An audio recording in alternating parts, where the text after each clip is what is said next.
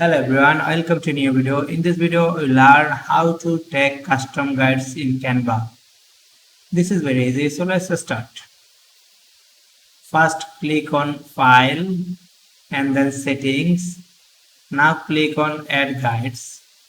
See here are four options. One is 12 columns, then 3 columns, and then 3 by 3 grid. And then another option is custom. Now we select custom. See here, now you can customize anything, columns, tab, margin, row, etc. Now we can set here 3 or 2. Here also we can set 2.